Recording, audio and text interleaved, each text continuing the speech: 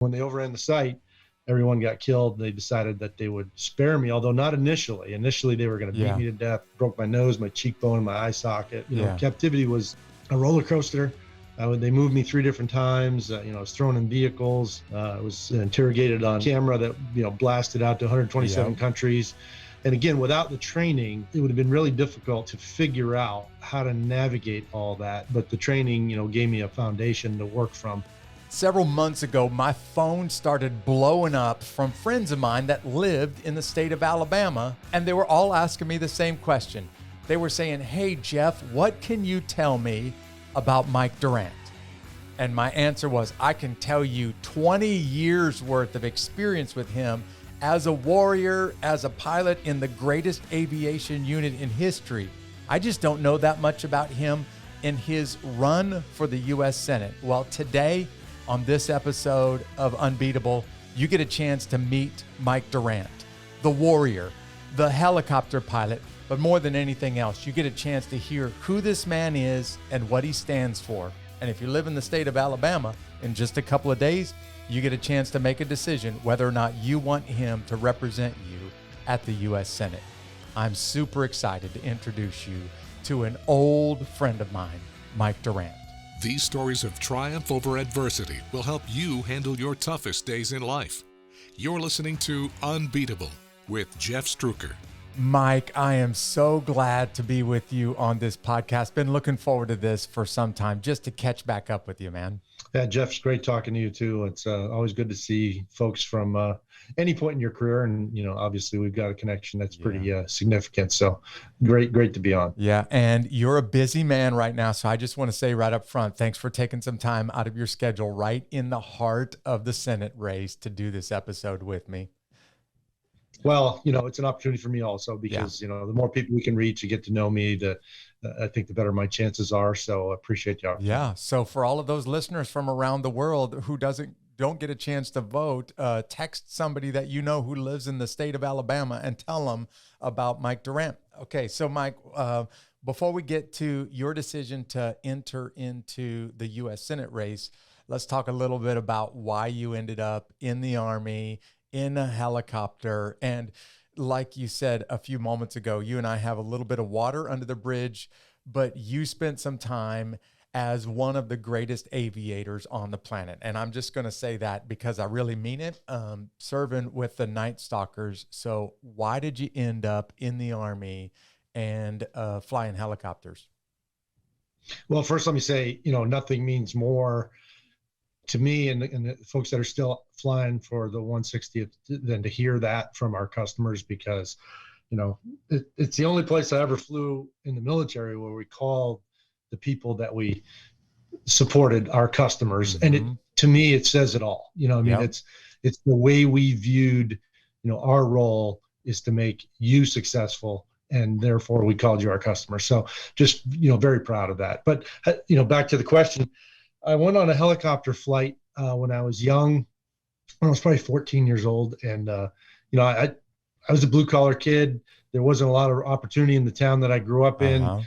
Most people went and worked in the mill. I mean, that's fine. But, I wasn't all that interested in doing that. And then I discovered this thing called aviation. And it's after one flight. I mean, I just couldn't believe it. I thought you could do this for a job. And yeah, they're going to pay you money to do that. Yeah. So, and he was a military aviator. He's a helicopter guy in the New Hampshire National Guard. And anyway, that inspired me. So the only way to get there, for somebody like me is to join the military, apply for flight school. I did all that and did well enough where I got Blackhawks right out of school, and they were brand new. So not only am I flying, for a living, but I'm flying the latest and greatest helicopter that the military has. And it was just almost too good to be true. I'm my early 20s at this point. So, to me, I like to talk about that because it just shows how many opportunities there are in this country and how blessed we are, to be citizens of this nation. And, there's so much criticism and so much negativity, but there's also so much positive if we could all just focus on that, from time to time.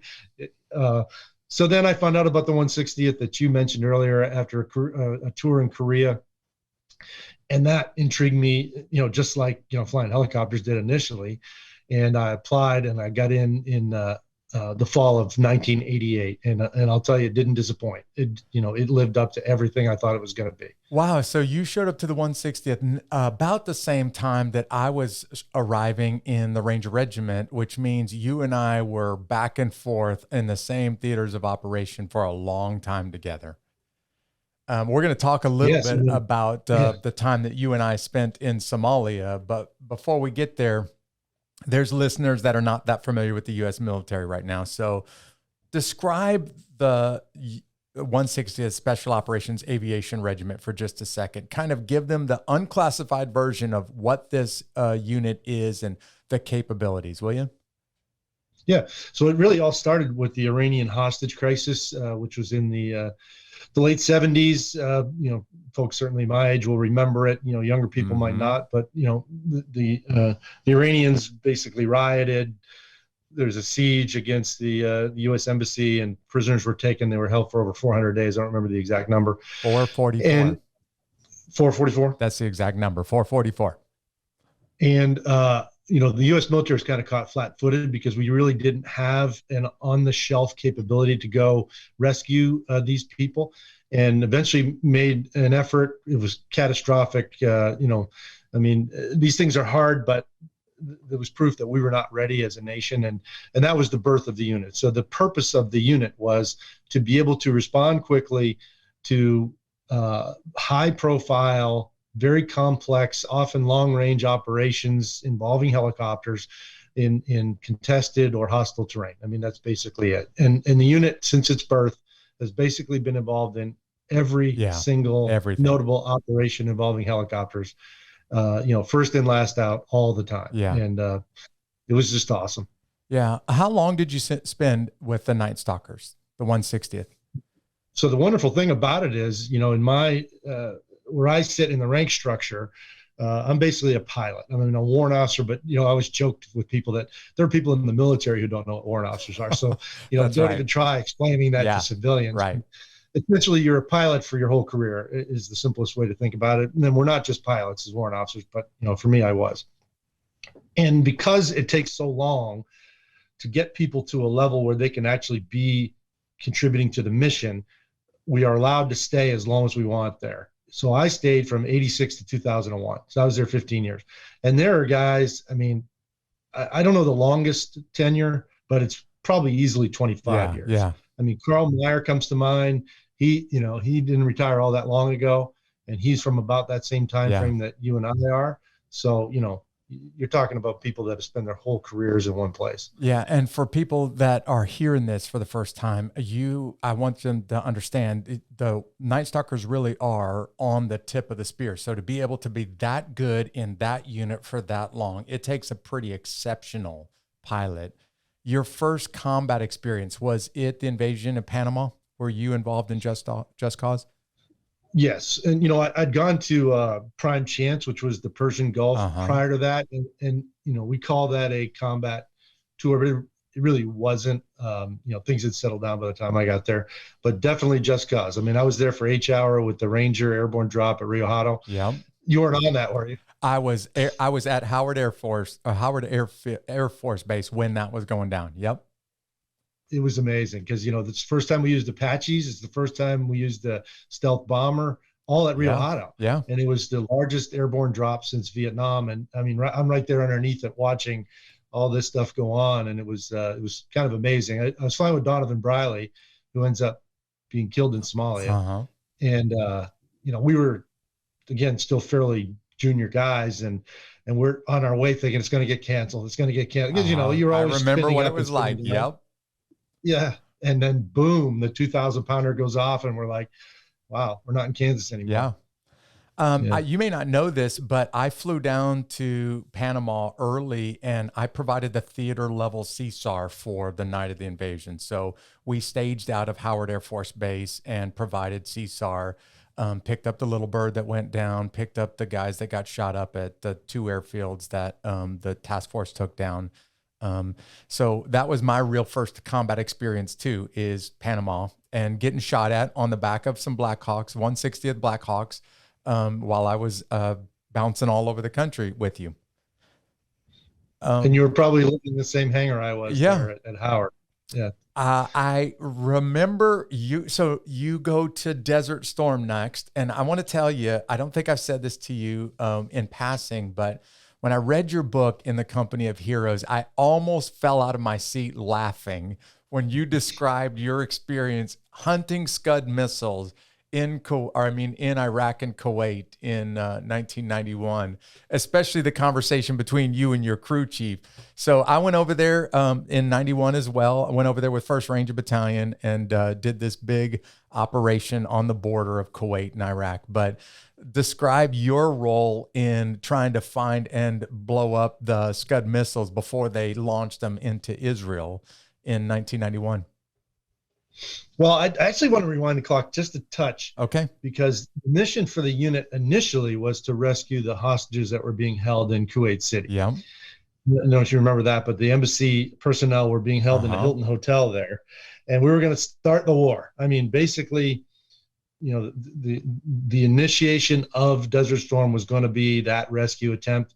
And Cliff Walcott was the lead bird, and I was number 2. I didn't know that. Wow.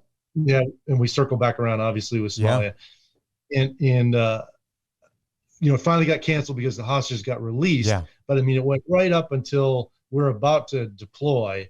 And, we were going to take really heavy casualties on that. We knew that, and so were the ground forces. I mean, there were things we discovered later after we put people on the ground and actually went and looked at the target in Kuwait City. Yeah. That things like iron gates within hedgerows. I don't know if you ever heard about any of that. Oh, yeah. But, that makes breaching a hedgerow a little harder. Makes it rough, yeah. than just the hedges. But anyway, I suppose it's good that mission didn't have to go. But I was always so proud of the fact that not a single person, in spite of the gloom and doom forecast of what the casualties would be, no one said, hey, I got family issues I got to take care of or something like that. Everybody committed to it. And I was just very proud of that. But anyway, then we're sitting on the bench because our mission gets canceled. So we were not part of the initial kickoff of the storm. And then the Scud missiles start getting drawn into the thing, as you mentioned. And the concern was that if Israel was drawn into the fight, that it would fracture the coalition that we had with the Arab countries. The Saudis were involved, the Jordanians. I don't remember all the countries involved, but it was a coalition force, and that would just complicate it. So with the ground force elements that we were supporting at the time, we were putting them on the ground. They were doing reconnaissance, and then because we had armed the Blackhawks at that point, we actually had an opportunity to engage some of these Scud launchers, and it was one of those moments I'll never forget. Yeah. I mean, coming up over a set of power lines and then diving down, and there it is. I mean, the most sought after target in the war, and you're lined right up on it. Yeah. I mean, it was pretty amazing. And then the guns didn't work. Yeah, I love this. So in your book, I am laughing out loud at this scene in your book. So describe for people that have never read In the Company of Heroes. By the way, you got to go get this book. But tell them about the conversations over the headset, over the intercom at this point. Yeah, So when I say the guns didn't work, the miniguns actually worked. And then I switched to rockets and I pushed the button and they didn't work. So came around. And of course, what's the first thing any pilot is going to do with this co-pilot when things aren't working? They're going to blame the co-pilot for screwing something up. Right? And I was flying with Lance Hill. Lance actually ends up dying in an airplane crash later in his career. A great guy, miss him like all the others. And I said, Lance, it's one bleep switch, flip All it. you got to do is flip one switch. You got one job, man. Yes. So I come around again, push the button, still nothing. And at that point, I'm just livid because there's two of us and the other aircraft, is in the pattern with me and they're shooting at this thing. And I'm like, it's like having the biggest buck you've ever seen in your life, and broadside, standing still, and your powder's wet. It was just so frustrating. And I think I made a comment, maybe not on that mission, but it happened again later, that I was going to crash the aircraft Yeah. into the desert because I was so mad, and I wasn't serious. But if you're a crew chief in the back, like you were talking about earlier, you're probably, is this guy losing his Yeah. mind or what? Like, hey, boss, you're not the only guy on this aircraft. I just want to remind you before you go kamikaze with next. Yeah. And it's a long walk. Yeah. You are most well known, and rightly so, for what you did in Somalia. And by what you did, I don't just mean in the cockpit, but by the way that you conducted yourself when you were in enemy hands for 11 days in Somalia. So this is when you and I first started to get to work together pretty closely in Black Hawk Down. Would you describe, kind of what happens from the time that you move into the formation and take up Wilcott's spot to the time that you're shot down? And then if you can, just give us the short version of those 11 days in captivity and tell us what it was like from the firsthand account. Yeah. So, this was the 7th mission. And then where you want me to pick up is when Cliff Walcott gets shot down. We had 2 birds very tight with miniguns and snipers that were trying to, basically provide close-in fire support for the assault team. And Cliff was shot down. He was flying with Donovan Briley. Yeah. I've mentioned both of them already in this discussion. So, it underscores the relationships and how strong they are, and how that hole in our hearts will, Dan Gelada described it that way, will never be filled, right? Because they're like brothers, And anyway, so Cliff and Donovan get shot down, and we're still in this firefight that's going to last for 18 hours, and the commander calls on me to replace them. And I'd already dropped 18 Rangers off. I had Captain Steele and the fire support officer. I'm drawing a blank on his name right now. Jim Lechner. Yep, they were on my bird, along with 20 others, and we had put them in already. And so we're going to go back in to provide fire support with the miniguns. Unfortunately, as we discovered, and we should have been more aware of this, I suppose. If there's one thing that we're guilty of, is not accurately assessing our vulnerability while conducting that kind of support. I mean, it goes back to my opening comments about our dedication to the customers. You can't get so dedicated to the customers that, you sort of throw all caution to the wind, and, whatever it takes.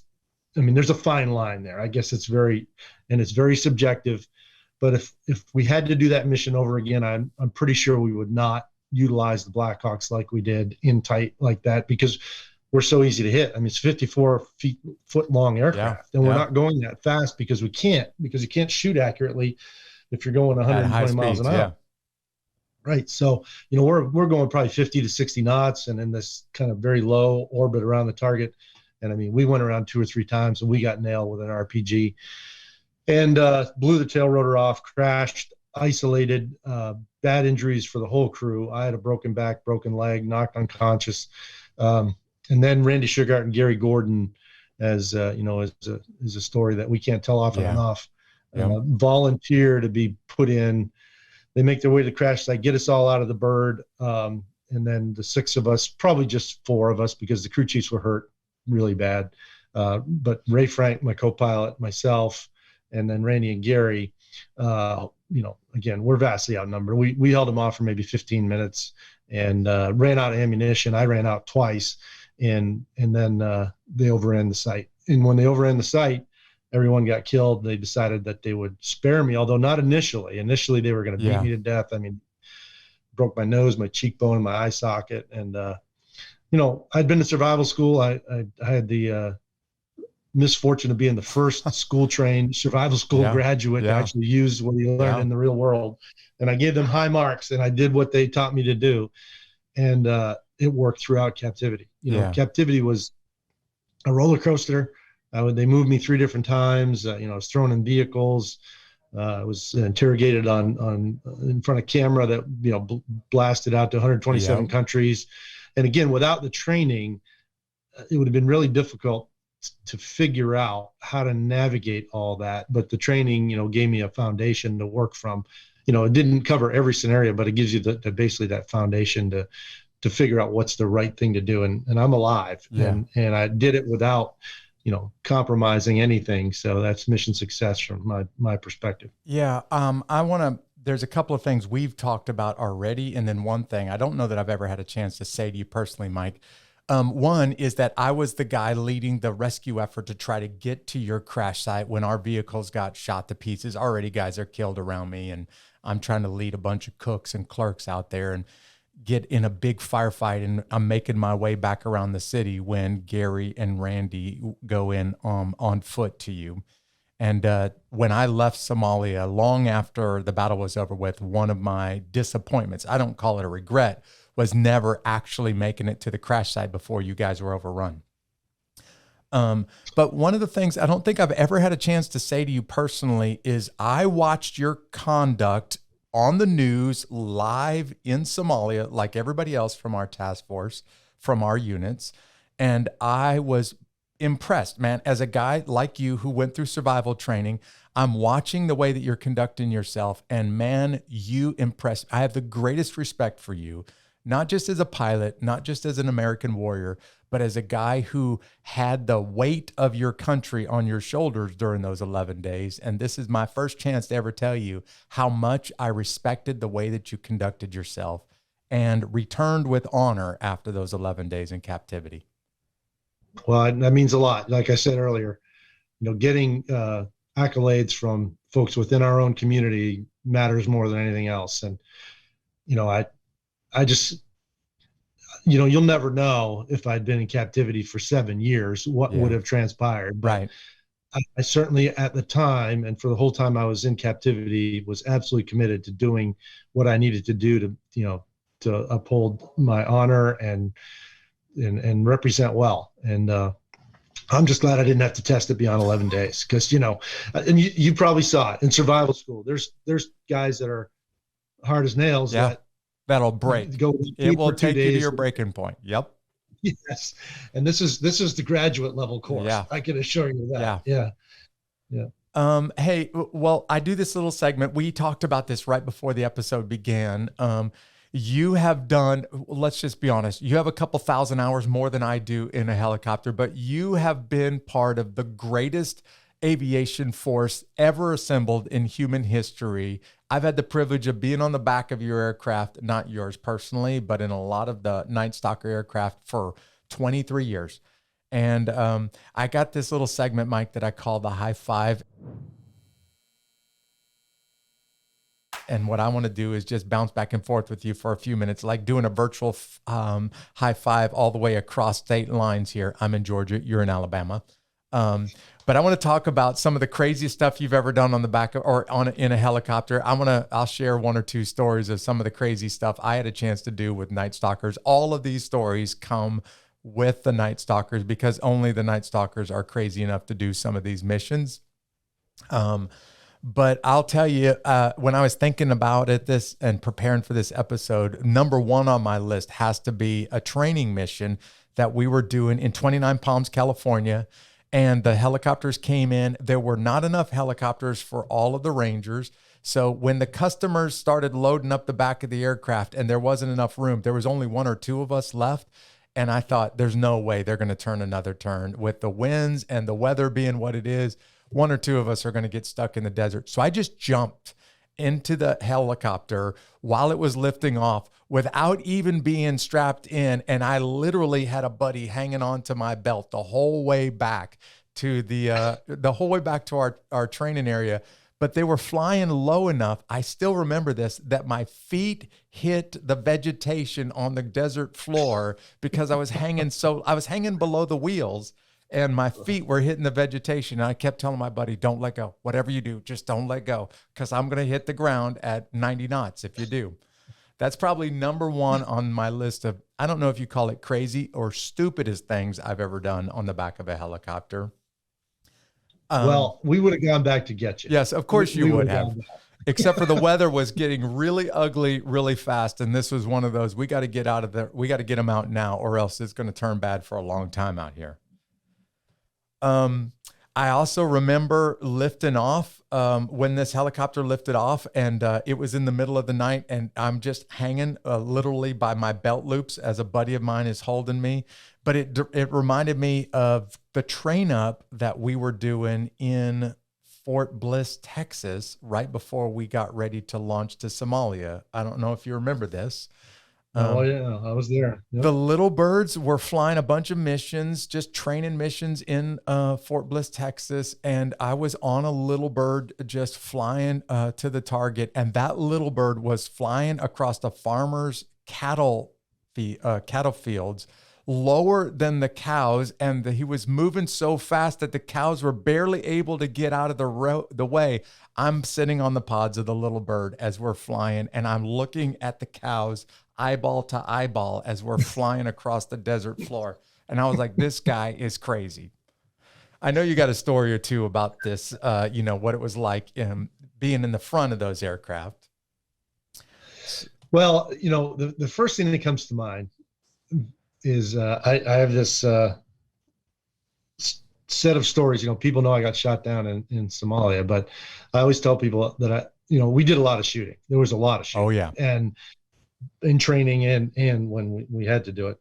And I tell people that I actually shot myself down 5 times, and a couple of them are a little bit of a stretch, but the first one is pretty hairy. So again, same characters in the play here. I'm flying with Donovan Briley, and we were, the one thing that was awesome about the unit, and I hope that hasn't been lost, because, when organizations get larger, they tend to get a little bit more structured, which, is necessary, but it's not quite as exciting or dynamic for those that are in it. And I came in right in that sweet spot where there was just a lot of cool stuff going on. So we were able to try things and try to prove tactics and equipment. And I mean, we would literally duct tape stuff onto the aircraft and just say, hey, look how good this works. And then we would, do a more formal implementation. And to be the operational guy that's actually doing all that stuff was really cool. So we were practicing we call a hide site, where we put the aircraft in place in the cover of darkness, and then we camouflage it. And then we spend the day sitting there. And then when the darkness comes again, we take the camouflage off and launch, and it basically allows you to, extend where you could otherwise get under the cover of darkness. So we're practicing that, and we were going to go into Fort Knox and do a live fire. So again, this is an armed Black Hawk. So we've got rockets and minigun, and I'm going to shoot. I'm in the left seat. We roll in, and I start shooting, and the minigun rounds are crossing like right in front of the nose. Yes. Because you got one on each side.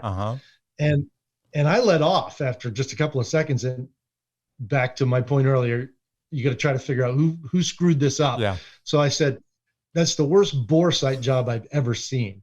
And Donovan, in his typical sort of just, I don't know, deadpan way, says, Mike, we got a problem.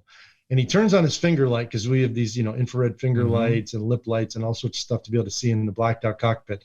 And he puts it up to the windshield. The minigun had come off the mount and rotated and fired right through the cockpit.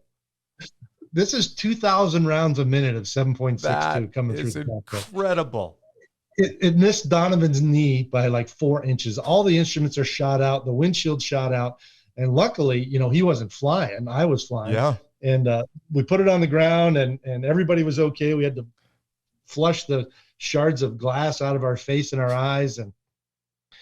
But it was, that's just an example of, sort of those near misses that if you do this kind of thing for a career, they're going to happen. Yeah. And probably the most dramatic self shoot down that I ever had. Yeah. Hey, this great story. It reminds me, Mike, I did many tours through Panama. doing the jungle training back in the day when the Special Operations Forces would all pass through there.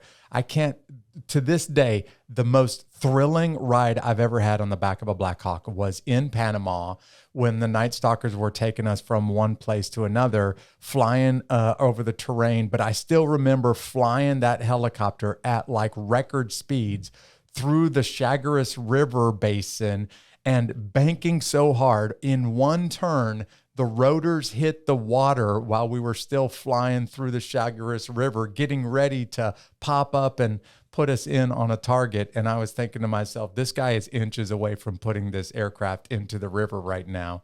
But only a Night Stalker could fly an aircraft like that and kind of thread a needle for several minutes through the river basin in Panama. We tended to operate on the edge, that's for sure. And you don't, and it's not just cowboying. I mean, it's with a lot of experience and understanding that there's a tactical need to do some of this stuff.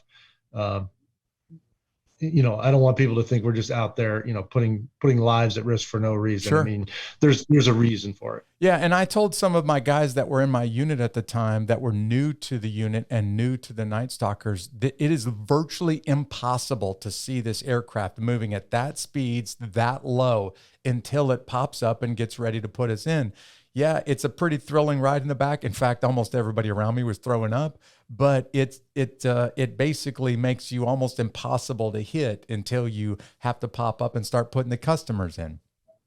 Right. I was on the back of a 47. I still remember this one. We were doing Halo operations, and I convinced the pilot. Now, of course, nobody knows this on the back of the 47, but I convinced the pilot to take us up to 11,500 feet, and then bring the aircraft to a hover over the drop zone.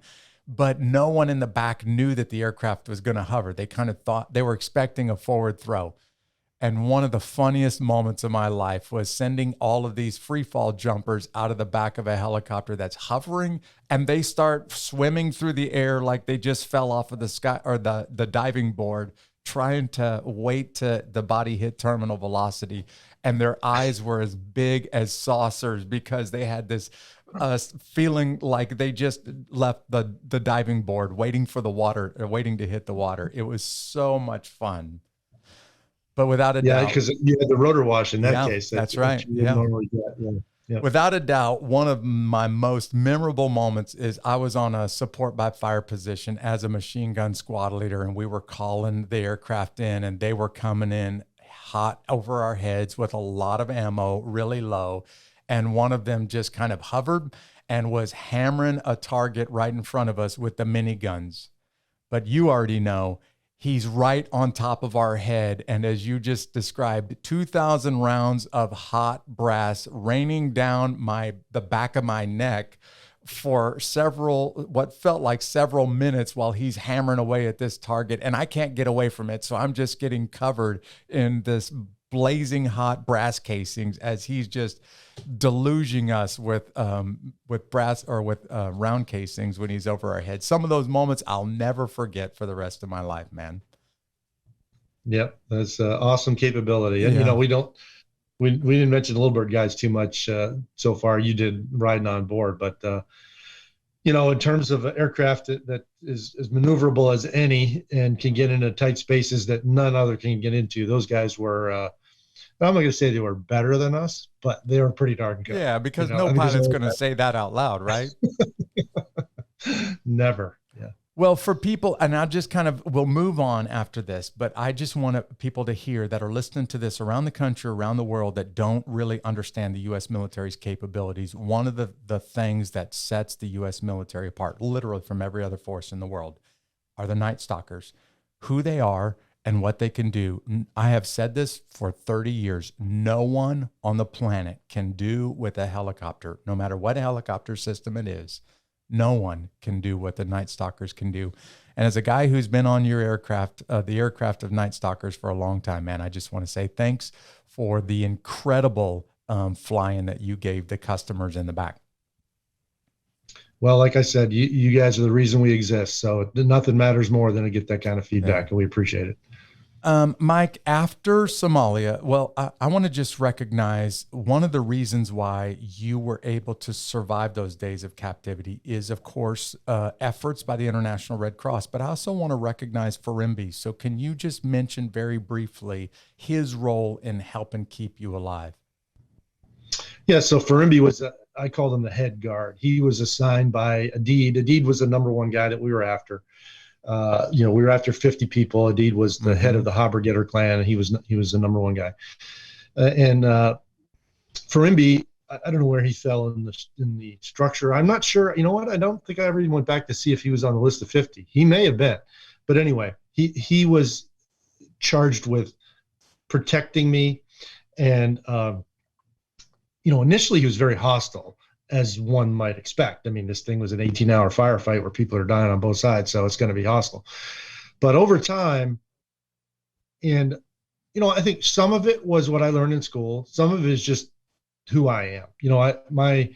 My family, likes to laugh and uses humor as a stress mechanism. Which a lot of people do. That's not all that unique. But so there's just something about that rapport that built, in survival school, not getting into the technicalities, but, they basically are teaching you, we want you to survive. We don't want you to die. So don't do anything stupid that you might see in a fictitious war movie that's going to cause you to lose your life for nothing. Right. So, I applied all those things, and, eventually they started to like me, I guess. And Farimbi, he went above and beyond. After I got released, I wrote him a letter back, and I just said, "Hey, look, I'm not sure I would have done what you did. I mean, that I had some, what's a politically correct way to say this? I mean, you can just gastrointestinal problems. You can just say it. Yeah. And it was quite the mess. And he cleaned me up. I mean, it was like, wow, a week ago we would have killed each other. Trying to kill each other. Yep. Yeah. And, I really think he wanted to see me survive. We had a few conversations. I mean, nothing in depth, but, I learned a few things from him. I think he said he had 9 wives. He had, scores of children. And, he, in the end, I would say, I thought he was a decent person, a decent human, he really was. And, I have no idea, where life took him. I'm sure he's not living anymore, but because he was a bit older than I was, but I really appreciated what he did. Yeah. And I always thought that if a rescue attempt had occurred, which is really the strategy behind this, is that he probably would not, at least not without hesitation, have pulled the trigger. Yeah. And that's, what you're trying to give us a few more seconds. Yeah. Well, I bring up Farimbi because for people that are very familiar with you from Black Hawk Down, the movie is showing actors who are playing parts, but I need people to understand, even in the war itself, those are real guys with real families and real lives, both sides of the equation. You know that, I know that, but I want to make sure that people who just watch the movie but have never experienced combat understand. You and Farimbi are a great example of real men with real, values and real hopes and expectations who are enemies until he ends up taking care of you and really helping to keep you alive until, you're handed off back to the U.S. forces. I'll never forget lining up that airfield and providing a human corridor while we put you on the aircraft and sent you out to Germany and back to the States to get some care. And never even forget singing God Bless America as they were closing up the ramp and flying you out of there, man. A very emotional moment. And I'd be remiss if I didn't mention Mark Bergamo. He's one of the 4 litter bearers, and he just passed away recently due to a health issue. But again, just it's the people. Like I'm sure you would say exactly the same thing. Absolutely. It's the people. Yeah. And a lot of great friends, and honored to have known all of them. Yeah. I'd love to have more time because I really want people to understand about the Pinnacle Solutions corporation that you started and how well you have led that for a long time. But instead of doing that, I want to fast forward a little bit. So we are right now in the throes of a race for the U.S. Senate in the state of Alabama. And in fact, next week is primary week. Your name is on the docket. And I want people to understand why you would leave a very successful business. You're not really leaving it, but why you would divert your attention from a very successful business and make a run for the U.S. Senate. I mean, what was the motivation that moved you in this direction, Mike?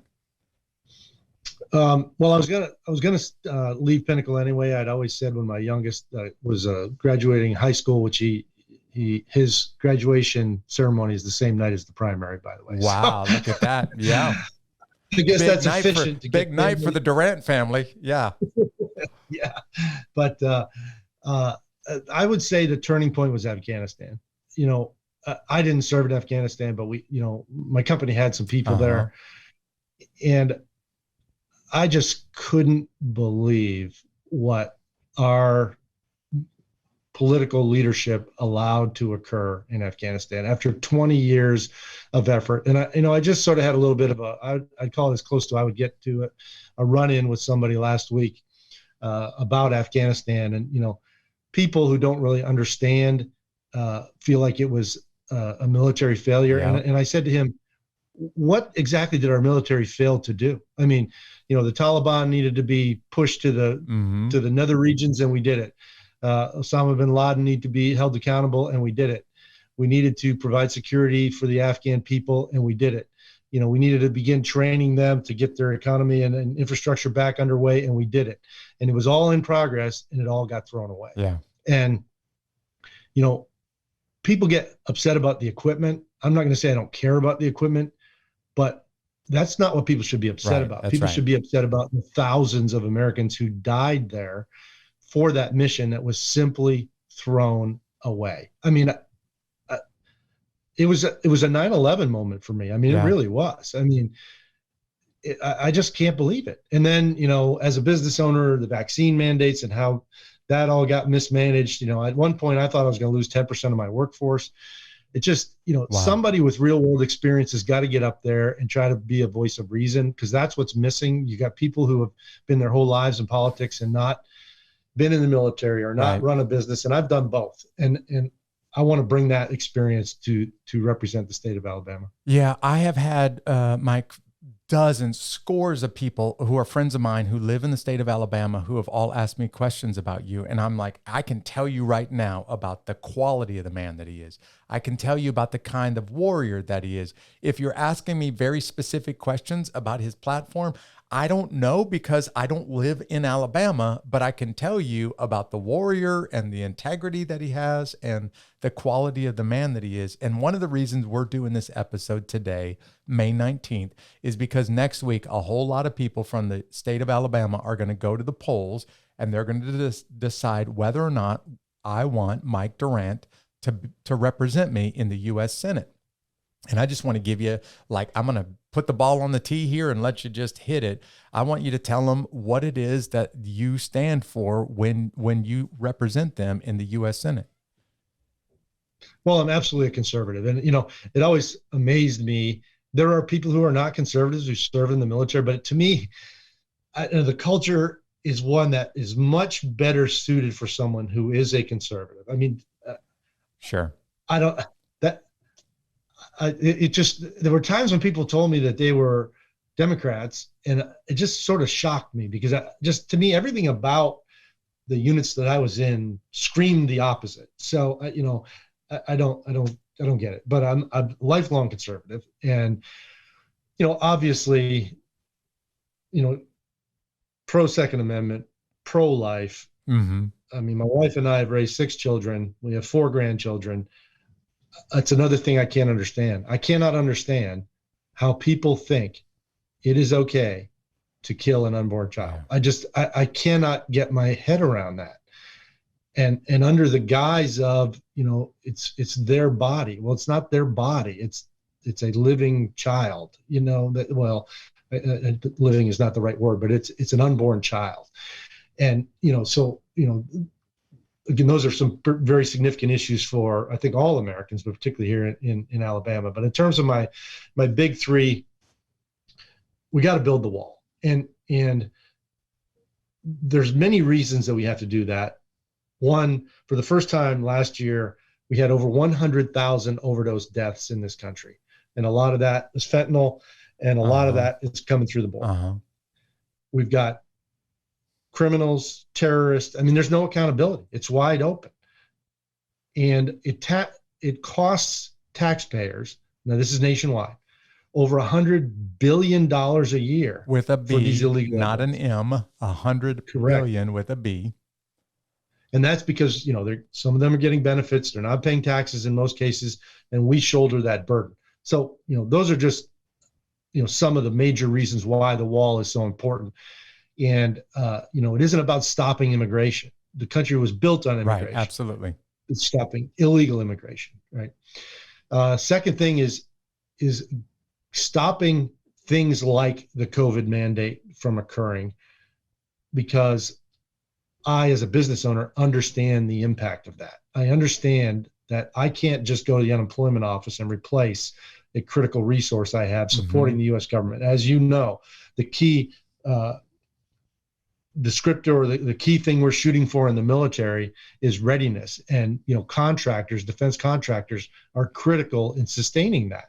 And, you're potentially going to put legislation in place for me to have to terminate 10% of the people that are in my workforce. And that's not even talking about the active duty people. I just had a father this weekend come up to me and say his son's in the Air Force. He doesn't want the shot. They're going to force him out. It was his lifelong dream to serve the nation. I mean, it's just wrong. So, those things, by the time I'm in office, hopefully COVID will be behind us, but you still need people who understand the implications of these decisions when we make them, and push us in the right direction. And then the third thing is advocating for strong defense. I mean, you can't turn it on and turn it off is what I try to make people understand, whether it's development of a weapon system or training, readiness. It's got to be steady, and it's got to be available all the time. Going all the way back to the Iranian hostage crisis, the reason that happened is we didn't have a ready, able force to prosecute that mission. We cannot compromise on that. And for us here in Alabama, it's a bigger issue because we have almost 400,000 veterans. I don't know if it's one of the highest per capita, if not the highest per capita in the nation. And we have huge aerospace and defense industry here, from Mobile to Fort Rucker to Montgomery to Redstone Arsenal and everywhere in between. There's a lot of aerospace and defense. So it has an economic effect on the state of Alabama, as well as our security effect on the nation itself. So, that's why, as a former military person, really, really stressing the need for sustaining a capable military. Yeah. Well, Mike, I have said now for about 12 or 15 years to the warriors of America who have fought multiple combat tours, especially in Afghanistan and Iraq. Hey, when I've looked them in the eyes and said, hey, when you guys and gals get out of the military, I want to plead with you to run for a political office. Start locally, move to the your state, and then to the federal government, because you have demonstrated to the entire world how you're willing to shoulder the load and how you're willing to suffer and to sacrifice for the good of the country.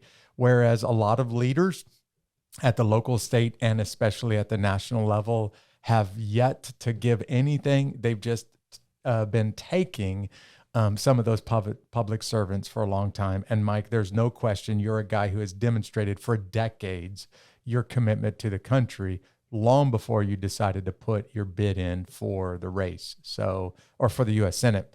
So next week, during the primaries, for all of you from Alabama, you have just heard Mike's big three, and you've heard why you should vote for him. And I'm just going to challenge you: get up, go to the polls, and vote. And if you're not sure yet who to vote for, I hope you are now that you've heard from Mike. I want to give you a chance, the last couple of minutes before we wrap up. Anything else you really want to touch base on before, because this thing is the primaries happen in just a couple of days. So anything else you really want to communicate before we wrap this episode up? Well, I guess the first thing is it's an honor just to be able to run. I mentioned earlier in the podcast how, what a great country this is, and the opportunity, for a kid like me, Yeah. blue collar family, I literally left home with $70, and the government might have even given me that to go to basic training. I don't even remember. Yeah. Right. But I mean, I had nothing, and to think that, the opportunities that presented themselves, and, okay, I worked hard, I made a few good decisions, but to me, it just speaks to this nation and just the greatness of it. To be able to just even say that I'm running for a position like this is a great honor for me. And if I am to win, which I feel confident I'm going to, it will be, I'm not going to say it'll surpass serving the nation as a Night Stalker, but it'll be right up there, right? Yeah. Yeah, absolutely. Yeah. Just, and I can't say enough about, again, how much I appreciate the people that helped me along the way, because none of us get any of this done, without the Lord's intervention and a lot of help from our friends and family. And I appreciate that very much. Totally agree. Hey, I want to say this as we get ready to close out, Mike. My greatest honor in life is being able to be in the military with some of the greatest men and women who have ever stepped foot on the planet. And I consider you one of them. So while I'm doing this broadcast, I keep thinking to myself, I get a chance to interview somebody who was one of my heroes. I'm in the company of my heroes. I'm quoting from your book title right now, just doing this interview with you today, man. Thank you for carving the time out to do this. It's been a pleasure. It's always great to talk to you. I look forward to seeing you again soon. Sounds great. We'll see you around. Hey, Mike has gone through one of the most difficult experiences any warrior will ever go through, spending 11 days in captivity. And he's a guy who did it with honor, demonstrating that he is unbeatable even when he's shot down and taken into enemy hands. I hope you've been as fired up during this episode as I was, listening to Mike tell some incredible stories about flying for the greatest helicopter unit ever assembled on planet Earth. And if you're listening to this podcast for the first time, I want to invite you to kind of follow us on social media. You can search for us by just going to @Unbeatable Podcast. We're pretty much on all of the prominent social media channels. But maybe you've listened to an episode or two and you really like what you're hearing. If that's the case, why don't you rate us on your favorite podcast platform and tell everybody how awesome this episode was? And hey, if you live in the state of Alabama, I want to wrap this episode up by challenging you to get up next week, go to the polls, and to exercise your constitutional right to cast a vote. Thanks for joining me on this episode of Unbeatable. See you next week.